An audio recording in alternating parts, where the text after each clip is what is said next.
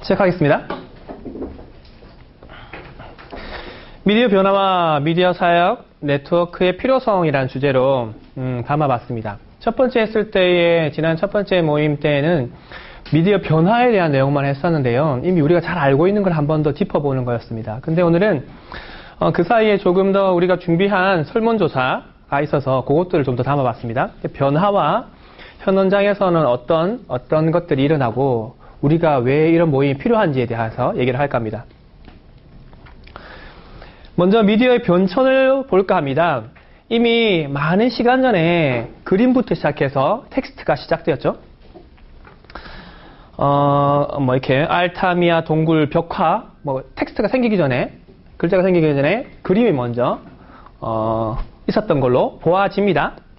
그리고 이런 쐐기 문자인가요? 이런 게 있었고, 그 다음에 나타난 게, 이제 축음기죠. 근데 자세히 보시면은, 이 연도수가 엄청나게 차나입니다. 기원전 3500년경이고, 그리고 축음기, 음원을 뭔가 담을 수 있는 그런 축음기는 1878년입니다. 그러니까 5000년 차인가요? 한 올추 5000년.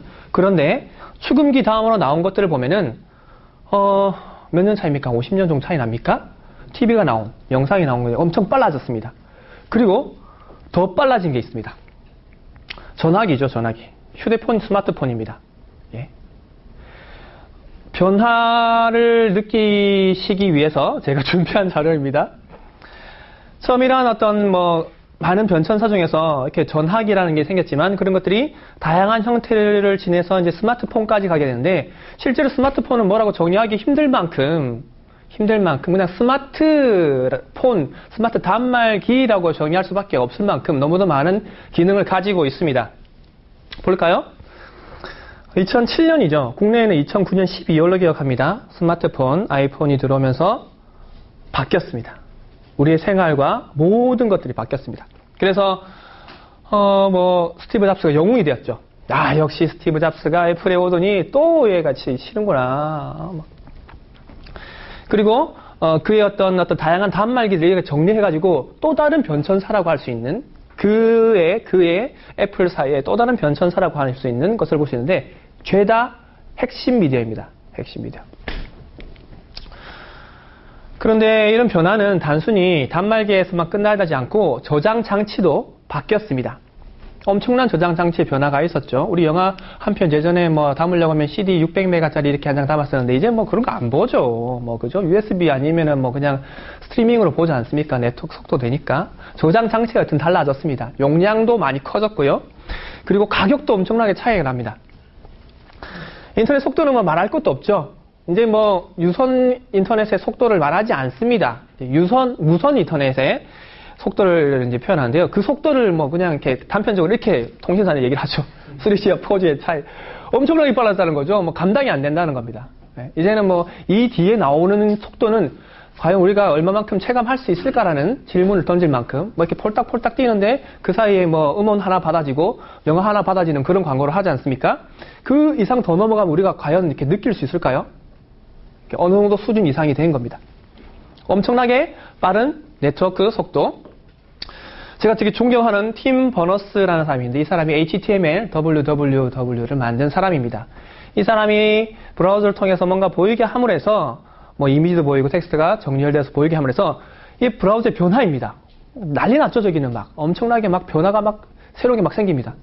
이렇게 너무 많다 보니까 이제는 웹 2.0, 웹 2.0이 아니라 웹 3.0이라고 해야 되나? HTML5, CSS3 이러면서 표준이 올해에 정의가 됩니다.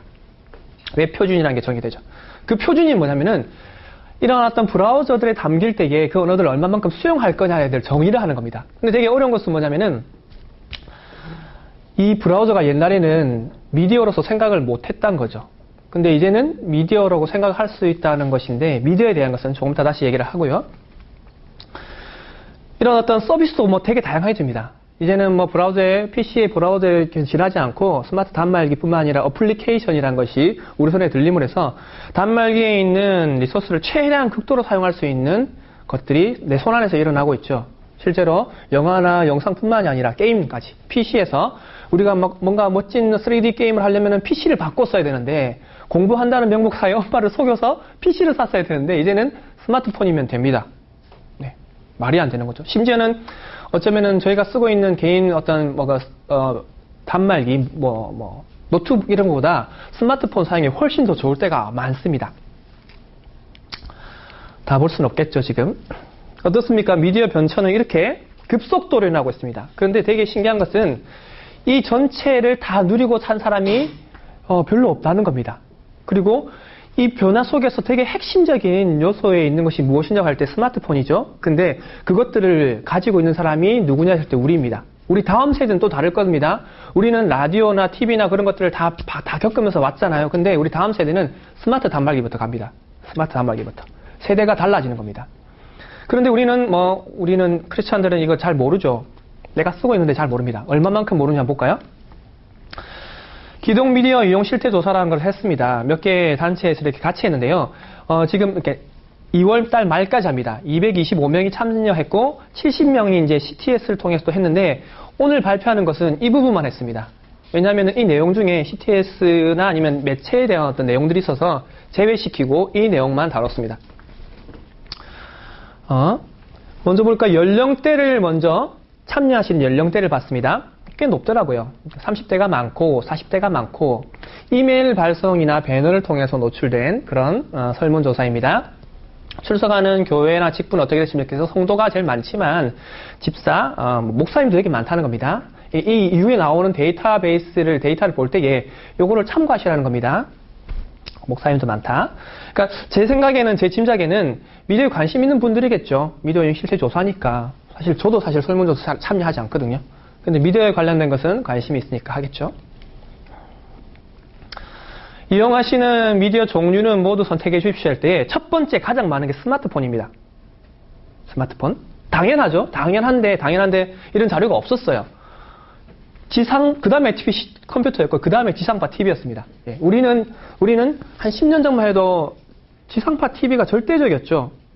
10년 너무 덜 갔나요? 한 20년? 절대적인 존재였죠. 한 10년은 약간 떨어지다가 PC로 약간 넘어갔는데 지금은 스마트폰이 절대적인데 스마트폰이 우리 손에 들린 지가 한 5, 6년 됐거든요. 5, 6년 됐으니까 그 사이에 엄청난 변화가 얘가 5, 6년 만에 점령했다는 겁니다. 변화가. 노트북 그리고 뭐 있죠? 네, 그런 게 있고 광고를 주로 어디서 이렇게 어떤 매체를 통해서 보시냐 이거는 저희가 이제 참여하시는 매체에서 요청한 거예요. 광고는 어떻게 보냐? 실제로 다루는 단말기랑 다를 수가 있으니까 가장 많이 보는 게 이메일이다. 이 부분에서 좀 충격적이지 않습니까? 우리는 이메일이 이제 끝났다라고 합니다. 심지어는 제가 광고 상품을 팔다 보면은 이메일 광고 그거 필요 없잖아요. 그냥 저는 요즘에 조류를 따라서 어플리케이션이나 아니면 홈페이지 첫 화면에 큼지막한 게 좋습니다라고 말하는데 아닙니다. 이메일이 가장 많이 꽂히는 이유가 예전에는 PC를 계속 사용하다가 이제 스마트폰으로 넘어가고 그 전 시기에는 사실 이메일이 좀 떨어졌던 것 같습니다. 근데 스마트폰이 들어오면서 스마트폰의 업무나 아니면 개인의 이메일을 확인할 수 있게 되면서 스마트폰을 확인할 수 있게 되면서 이 확인율이 더 이렇게 증가하게 된 거죠. 그러니까 다이렉트 마케팅이라고 할 수 있습니다. 그 사람에게 바로 꽂아주는 거니까요. 그 다음에 지상파 TV입니다. 그러니까 지상파 TV를 선호하고 있죠, 여전히. 근데 광고를 가장 많이 대하는 것은 이메일이라니까 광고를 하시는 분들은 조금 참조하실 수 있겠죠. 제가 볼 땐 되게 좋은 자료 같습니다.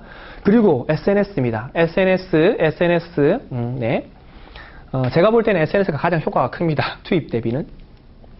그리고 문자. 스팸 문자가 너무 많죠. 스팸 문자에 대한 내용인 것 같아요. 광고로 이수할 때 스마트폰 스팸 문자라고 한 것 같고요. 하루에 인터넷 사용량을 물었을 때 이와 같습니다.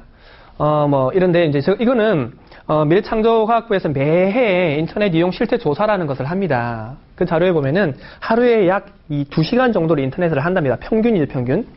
제가 설문조사를 항목을 정할 때에 조금 중복되는 항목들이 있었어요. 근데 그 이유가 뭐냐면은 참여하신 분들 중에서 왜 중복된 걸 계속 내냐라고 하지만 사실은 이 데이터와 비교해보기 위한 것입니다. 실험군과 대조군을 만들기 위해서였는데 이게 이제 3월에 실태조사 이제 백서가 나오면은 그때 조금 얘들이랑 비교를 해갈 겁니다. 세상과 기독교가 바라보는, 이용하는 것들이 얼만큼 다른지 거의 대동소이할 건데 그 중에 좀 다른 게 있겠죠. 다른 게 있겠죠. 그 다른 부분을 우리는 조금 연구를 할 필요가 있다는 겁니다. 그리고 인터넷으로 자료 및 정보를 습득하실 때에 주로 어떤 내용을 이용하십니까 할 때에 뭐 당연히 뉴스죠, 뉴스. 그 다음에 이제 기타 정보, 웹서핑 등이 있고요. 생활정보, 날씨 등이 있습니다. 교육도 있는데, 구독하시는 이제 신문, 뉴스라고 하니까 신문 중에서 어떤 걸 이용하시는 할 때, 이제 인터넷 신문을 얼만큼 이용하시려 할 때에, 꽤 많은 분들이 인터넷 신문을 이용하지 않더라고요. 그런데 기독교 인터넷 신문이죠. 기독교 신문. 조금 아쉬운 것은 일반 인터넷 신문에 대한 어떤 조사가 있으면 비교할 수가 있을 것 같은데, 기독교인들이 기독교 인터넷 신문에 58%가 안 본다는 겁니다. 별 관심이 없다는 거죠. 그러니까 기독교에 대한 이슈에 대해서 별 관심이 없다라고 해석할 수 있지 않을까요? 그죠? 그리고 인터넷으로 커뮤니케이션을 하실 때 주로 어떤 내용을 주고받으십니까? 어떤 걸 했을 때? 메신저, 카카오톡이 있죠. 네이트워는 사실은 좀 업무적으로 좀 많이 치우쳐 있는 것 같고, 카카오톡은 일상에 좀 있는 것 같습니다. 이메일, 이메일도 여전히 높은 자리에 차지하고 있습니다. 그리고 이제 여가 활동하실 때 주로 어떤 내용을 이용하십니까? 할 때 보면은 동영상이 많습니다. 동영상. 예. 제가 정말 아쉬운 게 뭐냐면, 이 시태조사를 2년에 한 번씩이라도 똑같이 했으면 이게 어떻게 나타났을까 싶습니다. 영상이라는 이슈가. 인터넷 속도가 빨라지고 우리의 생활 환경이 편려지면서 사실 이렇게 된 것이지 그전에는 아니었을 거거든요. 인터넷으로 보는 게 과금이 많이 되니까요. 한 5년 전만 해도 지금과 같지는 않았을 것 같습니다. 매해 하면서 이 수치의 변화를 우리가 볼 수 있을 겁니다. 그리고 음악 꽤 높더라고요. 영상이 음악보다 좀 높은 게 좀 의아했어요. 저는 음악이 더 많을 줄 알았거든요. 시청하시는 기독교 TV 채널은 무엇입니까? 했을 때에 이제 뭐 그런 내용이 있고, 정기 간행물은 무엇입니까? 할 때 이런 것도 있고, 그리고 영상 서비스는 무엇입니까? 할 때 유튜브 뭐 이렇게 했는데, 앞에 있는 것들은 백서에 나올 테니까 생략하고요. 유튜브가 가장 많습니다. 73%인데, 실제로 유튜브의 마인드는 이거랍니다. 세상의 모든 영상 콘텐츠를 담겠다라는 거라고 합니다.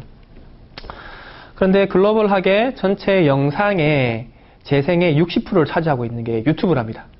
예. 뭐 유스트림이라든지 뭐 많은 아프리카, 국내에는 아프리카 뭐 그런 것들이 많이 있지만 뭐 판도라 TV 많지만은 유튜브가 절대적이죠. SNS 이용하십니까 했을 때에 이렇게 설문의 조사에 참여하시는 분들은 91%가 SNS를 이용하신다고 하셨어요. 저는 사실 다른 어떤 미디어 사역 아카데미라든지 아니면 다른 발표에서 물으면은 손 들라고 하면은 페이스북, SNS 뭐 그런 것들 이용하시는 분이 되게 적거든요. 한두 분 이렇게 나옵니다. 근데 여기서 이제 SNS 할 때 카카오 스토리도 포함되니까 좀 얘기가 달라지는 거죠. 카카오 스토리는 우리는 SNS라고 생각 안 하는데 SNS죠. 카카오톡이나 SNS 다. 그리고 SNS 이용하실 때 얼마나 자주 이용하십니까 하실 때에 이용하시는 분의 반수가 하루에 여러 번 열어본다는 겁니다. 예. 사회적 문화가 문제가 좀 되는 것도 있었죠. 좀 이중적인 삶도 있었고 생활을 제대로 할 수 없다, 뭐 일을 할 수 없다 이런 것도 있었는데 이 정도 됐는데 우리가 이걸 그냥 그렇게만 바라봐야 되나 어떤 고민도 생깁니다. SNS 이용 시 어떤 목적으로 이용하십니까 했을 때에 이제 개인적 관심사를 공유하는 것과 그리고 전문 정보나 지식 공유를 한다. 이거죠. 그러니까 SNS에 통해서 얻는 것들이 각각의 개인 관심사를 볼 수가 있다는 것이고 동시에 전문 정보를 대할 수 있다는 겁니다. 전문 정보. 예. 전문 정보를 대할 수 있다는 겁니다. 전문 정보가 있다는 거죠. 있다는 겁니다. 저희가 이렇게 만든 영상들도 SNS를 통해서 퍼져 나갈 겁니다. 전문 정보라고 할 수 있겠죠. 실제로 제가 판단할 때는 SNS를 이용하는 분들과 이용하지 않는 분들은 정보력이 다르다고 생각합니다. 매스미디어에 점령되어 있는 콘텐츠만 보는 것과 그리고 개개인의 어떤 현장에 있는 소리들과 소소한 것들이 나눠진 것들은 다를 거라고 합니다. 다 같이 수용돼야 되는 것이죠. SNS 중 어떤 서비스를 이용하십니까? 해서 카카오 스토리, 페이스북, 밴드가 있는데 페이스북과 카카오 스토리가 거의 비슷합니다. 글로벌하게는 페이스북이지만 국내 정서에는 카카오 스토리가 너무 잘 맞죠. 마치 검색에 구글보다는 네이버가 우리한테 더 익숙한 것처럼 카카오 스토리가 더 익숙하다는 겁니다. 실제로 광고 효과를 볼 때 광고 상품을 팔다 보니까 이런 게 계속 확인되더라고요. 4배 정도 효과가 있습니다. 4배. 4배 이상의 효과가 있습니다. 이제 교회로 들어가 봅니다. 교회. 담임 목사님의 연령대는 어떻게 됩니까? 귀교회에, 설문조사를 참여한 귀교회의 담임 목사님 연령대는 어떻게 됩니까? 이 부분을 체크한 이유가, 교회의 실태가 어떠하고 그 이유가 무엇인가를 조금 확인하기 위한 실마리를 찾기 위한 것입니다. 50대가 이렇게 되죠. 제가 알고 있기로도 40대 정도 되면 담임 목사를 해야 된다고 알고 있거든요. 그래야지 이제 40대 정도 분이 담임 목사로 청빙을 많이 받습니다. 50대로 넘어가면 조금 어려워지는 경우인데요. 50대가 좀 많습니다. 그리고 그 다음에 뭐가 많죠? 그러니까 60대, 그 다음에 40대입니다. 그러니까 5, 60대만 해도 67%죠. 5, 60대가 67%입니다. 그러니까 교회에서 담임 목사님들이 미디어의 활용에 관심이 없으면 그 교회는 미디어와 영원히 멀어질 수밖에 없고 그 내용들이 지금부터 나옵니다. 이렇게 참석하신 교회는 이렇게 큰 교회들이 많이 참여하셨더라고요. 그러니까 교회가 100명 이상 되는 교회가 더 훨씬 더 미디어에 관심이 많습니다. 100명 이하 되는 교회가 80% 이상이거든요. 근데 이 자료를 보면은 참여하신 분들은 미디어 실태조사에 참여하신 분들은 기본 관심이 많으세요. 네. 조금 뭔가 연관성이 있지 않을까요? 네. 교회 겸임으로 섬길 경우는 이제 어떤이냐? 그러니까 교회가 이제 사역자들이 겸임으로 2개 이상의 일을 하는 경우, 그러니까 주로 이제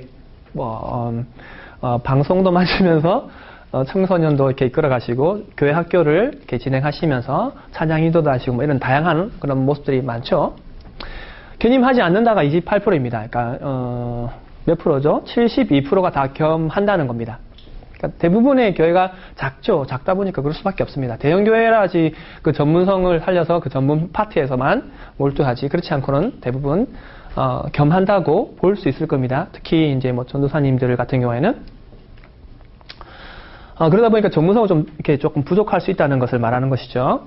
그리고 교회 방송 영상 담당자가 몇 명이냐 이런 것도 있습니다. 없다라는 게 15%고요.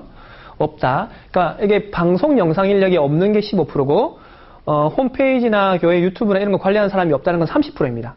네. 더 관심이 없다는 거죠. 교회가 방송 영상에 보다 홈페이지가 보다 더 관심이 없다라는 것을 말해주는 것 같고요. 뒤편에서 조금 더 얘기하겠습니다.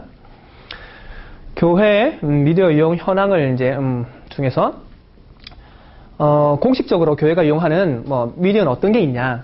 그때에 홈페이지가 55%, 그리고 네이버 밴드가 18%, 그리고 이제 페이스북이 8%입니다. 제가 조금 수집한 자료에 따르면은 네이버 밴드는 되게 폐쇄적인 어떤 매력감이 있어가지고 각 부서별로 밴드는 하나씩 있는 걸로 알고 있습니다. 네, 좀 이렇게 빠르신 분들은 그래서 사진들 우리 편안하게 올릴 수 있잖아요. 근데 이렇게 열려 있는 SNS는 올리면은 또 막 불편하잖아요. 지우기도 좀 어렵고. 그런데 폐쇄적인 우리 밴드 안에서 폐쇄적인 어떤 그 영상이나 사진을 올리면은 사실 큰 이렇게 거리낌이 없거든요. 그래서 폐쇄적인 그러니까 교회는 사실 폐쇄적인 서비스가 잘 됩니다. 교회는 폐쇄적인 서비스가. 그리고 카카오 스토리도 있죠. 이렇게 좀 낮습니다. 공식적인 건 되게 낮죠. 아까 우리가 앞에서 봤던 어떤 수치를 비교해 볼까요? 개인 설문조사에 참여했던 그 개인이 이용하는 SNS 미디어와 교회가 이용하는 걸 비교해 보겠습니다. 이쪽이 이제 교회고 이게 개인이죠. 참여한 개인은 페이스북을 67% 하는데 여기는 8%죠. 그리고 카카오 스토리는 68% 개인은 사용하는데 어디 있죠? 네, 6%입니다. 그리고 밴드는 50% 정도 되는데 여기는 18%입니다. 이게 무슨 말일까요? 그러니까 나는 사용하는데 우리 교회에서는 사용하지 않는다는 겁니다. 예. 나는 관심이 있는데 우리 교회나 단체는 관심이 없다는 겁니다. 네.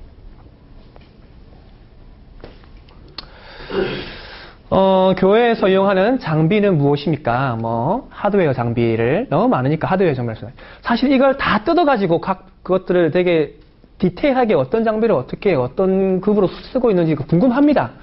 근데 이 내용도 너무 길어가지고 한 15분 정도 설문조사 진행하는데 참여하는데 15분 정도 걸리거든요. 그래서 이 정도만 뽑았는데 재미있는 것은 마이크, 스피커, 빔 프로젝트, 음향, 앰프, 영상 카메라 죄다 있습니다. 죄다. 여기 보면은 평균 한 65% 내지 75%가 다 있다는 겁니다. 이 장비들이 다 있다는 겁니다. 근데 아까 저희가 봤었죠. 교회가 사용하는 미디어라든지 컨텐츠를 생산하는 것들은 그렇지 않습니다. 그 말은 다시 뭐냐면은 장비가 없어서 영상 컨텐츠나 음성 컨텐츠를 만들지 못하는 것이 아니라는 거죠. 아니라는 겁니다. 관심이 없거나 할 사람이 없다는 겁니다. 방법을 모른다거나. 저희가 바라볼 것은 이거였는 것 같습니다. 아니 왜 성도들이나 우리는 다 사용하는데 교회는 안 하냐, 기관은 안 하냐, 그것들을 우리가 마치 악한 것처럼 치부하는 것으로 끝나면 되냐는 거죠. 어떻게 우리가 잘 알고 활용해야 되냐 뭐 그런 것인데, 이미 우리가 있는 그런 것들을 할 때에 뭔가 더 뭐 어떤 비용이 필요하냐, 아니다 이미 있다. 어떻게 활용하고 누가 어떻게 활용할지를 생각하는 거죠. 뒤에서도 얘기하겠습니다. 시간이 많이 가고 있네요. 기타 의견에 이런 내용이 있습니다. 여기 좀 내용이 좋아서 일부 캡처했는데요. 지난번 여름 성경학교 때 누군가가 플래시로 뭔가를 만들어줬답니다. 근데 그게 너무 좋아서 계속 사용한답니다. 미디어 활용에 대한 강의도 필요하다고 생각하고 도움이 필요하다고 생각한다는 거죠. 젊은 인력이 부족하다는 겁니다. 콘텐츠와 인력에 대해서 얘기를 하고 있습니다. 설문조사에 참여하신 마지막 기타 의견에 있는 내용이죠. 그리고 또 어떤 게 있나요? 그러니까 이 부분에서 저는 어떤 말씀을 굳이 생각한다면은 사도행전 16장 9절에 있는 이렇게 마게도냐 사람들이 사도 바울보를 환상 중에서 넘어오라고 했던, 건너오라고 했던, 도와달라고 했던 그것들이 생각납니다. 예. 그리고 또 다른 의견 볼까요? 종교 방송, 미디어 힘, 이렇게 힘이 있다, 미디어는 힘이라는 표현을 쓰고 있죠. 그런데 이제 색다르고 너무 이렇게 다 설교만 담고 있다. 그러지 말고 좀 색다르고 파격적인 방송이 필요하다라고 말하고 있습니다. 우리도 이렇게 좀 이용하고 싶은데 너무 그냥 획일적이지 않냐. 그 따분해서 어떻게 되냐. 이런 것처럼 저는 들리거든요. 좀 더 넓게 봤으면 좋겠다. 변화가 필요하다. 그런 얘기를 하고 있죠. 경쟁력 있는 컨텐츠와 연구가 필요하다는 말입니다. 그리고 마지막으로는 성경 자체를 보지 않게 하는 문제가 있다. 심지어는 교회 올 때에 이제 본질이 희석되어서 성경책 안 갖고 온다. 뿌려주니까 이 부분으로 논문 쓰시는 분들 계시더라고요. 저는 저 그냥 좀 죄송합니다만 아닌 것 같거든요. 그걸 논문 쓸 때가 아니라 그에 대해서 어떻게 활용할지를 더 고민해야 되는 것이지 그걸 자기 이렇게 하는 거 아닌 것 같고요. 주일날 성경에 아예 가지고 오지 않는다. 그러니까 본질적인 게 이렇게 확인되지 않는다 이거죠. 그것들이 포커스 맞춰가지고 그럼 본질적인 것들을 체크하기 위해서는 우리가 어떻게 되냐, 스마트폰에 있는 그 성경을 이용하게 할 거냐 말 거냐, 그것들이 유익하냐, 그런 것들을 사실 실제도 더 고민하면서 어떻게 성도들이 더 말씀을 먹게 하냐를 좀 집중할 필요가 있다는 거죠. 주의사항, 본질이다. 그러니까 이분의 말씀은 우려하는 것은 미디어가 본질을 희석시키고 있다라는 겁니다. 주의해야 될 것이죠. 들어야 될 것 같습니다. 이 내용들은 이제 미디어 사역 연구소라는 곳에서 연구소라는 홈페이지 통해서도 백서가 나갈 거고요. 설문조사도 참여하실 수가 있습니다. 못하신 분 있으면은 참여해 주셔서 제가 매해 이것들을 점검하고 짚어갈 때에 이것들이 우리들의 연구와 노력을 통해서 이것들이 조금 더 개선되기를 소망합니다. 그러면 미디어 사역 연구소에 대해서 한번 얘기를 할까 합니다. 미디어 사역 연구소를 얘기하기 전에 미디어 사역에 대해서 얘기를 해야 됩니다. 제 나름대로 정리한 것입니다. 미디어 사역이라 하면 미디어 미니스트리라고 합니다. 근데 미니스트리가 목사의 직무로 이렇게 협소하게 해석되고 있어가지고 저는 이걸 다르게 해석했습니다. 미디어 미션으로, 사명으로 해석했습니다. 미디어는 저는 한마디로 재생이라고 생각합니다. 재생, 미디어는 사전적으로는 그렇게 미디어를 정의하더라고요. 정보를 전송하는 매체. 정보란 것은 컨텐츠일 것이고, 텍스트, 이미지, 음성, 영상. 이걸 전송하는 매체라고 했을 때에 그 통로이겠죠, 통로이니까, TV라든지, 라디오라든지, 마이크라든지, 이쪽에서 육성을 하지만 마이크를 들면 그게 미디어가 되듯이 그런, 미디어를 그렇게 정의를 합니다. 그러니까 저는 제 스스로가 미디어가 되어야 된다고 생각합니다. 그리스도의 복음에 미디어가 되어야 된다고 생각합니다. 이건 우리라고 제게 주신 소명입니다. 야, 병정, 너 거기 어디 있는 교회로 가서 사역하라. 또 소명이겠지만 제게 주신 소명은 너 미디어라는 곳에 가서 복음을 외쳐라. 라는 것이 제게 주신 소명입니다. 그리고 미션이라 할 때에 우리는 당연히 복음입니다. 복음인데 이게 제가 볼 때는 사명입니다. 그럼 이걸 내가 어떻게 그 현장에서 여기서 어떻게 전할 것인지, 방법적인 것이죠. 어떻게 일해서 어떻게 전할 것인지. 그리고 이런 것들에 대해서는 그냥 교회 안에서 일어나는 컨텐츠뿐만이 아니라 전반을 볼 수 있는 기독교 세계관이 필요합니다. 오늘 발제 중에서 유지은 PD님께서 기독교 세계관에서 말씀하실 겁니다. 영상과 기독교 세계관을 하셨는데 이 부분만 따로 연구하시는 분들이 많습니다. 학자도 많고 우리가 반드시 알아야 되는 것 같고요. 그렇다면은 오케이. 그럼 미디어 사역은 오케이 알겠어. 그럼 미디어 사역 연구소가 하는 일이 뭐야? 먼저 미디어 사역 연구소는 기관이나 단체나 개인의 사업체가 아닙니다. 그냥 이렇게 모이는 거죠. 근데 좀 그럴듯하게 해야 되겠다 싶었고 그래야지 사람들이 모인다고 생각했었고요. 그러다 보니까 여기에 우리의 목적을 담자라는 생각을 했습니다. 미디어 사역 연구소 할 때에 미디어를 통해서 복음을 전하는 그리고 우리 삶을 통해서 복음을 전하는 모습을 어떻게 담아낼 건지를 같이 연구하자는 것입니다. 여기 이제 그릇에 음식이 담겨 있죠. 제가 몇 가지를 정리를 할까 합니다. 여기서 먼저 첫 번째 그릇은 미디어라고 생각하고요. 음식은 콘텐츠라고 생각합니다. 콘텐츠는 그릇에 담기겠죠. 콘텐츠는 근데 누가 만듭니까? 음식은 누가 만듭니까? 사람이 만들죠, 사람이. 사람이 만듭니다. 저는 고민했습니다. 이걸 막 연구하다 보니까, 고민하다 보니까, 너무 많거든요. 너무 다양하고 다 소화하기 힘들고, 제 힘으로는 너무 힘들었습니다. 팀이 필요하다, 공동체가 필요하다 생각을 했었고요. 근데 여기 담기는 건 결국 이게 아무리 좋아도 이걸 가지고 사람들은 악하다 선하다고 하는데 사실은 얘가 선하거나 악한 게 아니라 그에 담기는 음식, 콘텐츠가 어떠냐가 사실 중요하지 않습니까? 왜냐면 그 콘텐츠를 먹고 사람들이 죽기도 하고 살기도 하니까요. 콘텐츠를 바라봤습니다. 콘텐츠, 그렇지. 콘텐츠를 어떻게 잘 만들고 잘 만드는지를 정말 중요해. 근데 콘텐츠를 아무리 잘 만들어도 그걸 감쪽같이 끝을 틀어가지고 다르게 만들 수가 있더라고요. 그 안에 뭔가 이렇게 다른 것을 심을 수가 있겠죠. 그러다 보니까 결론적으로 도달하는 것은 그 콘텐츠를 만드는, 음식을 만드는 사람이 정말 중요하다 싶더라고요. 그 사람이 하나님 앞에 서 있는 자이면은 그 콘텐츠도 훨씬 더 안전하다고 할 수 있겠죠. 현대는 콘텐츠를 먹고 사는 세상입니다. 콘텐츠를 어떻게 먹느냐에 따라서 그 사람의 세계관과 삶이 달라지고 있죠. 사람이 너무 중요합니다. 결국 미디어 사역 연구소에서 해야 될 사명은 제가 지금까지 확인했던 사명은 하나님께서 알려주신 사명은 사람을 세우는 겁니다. 사람을.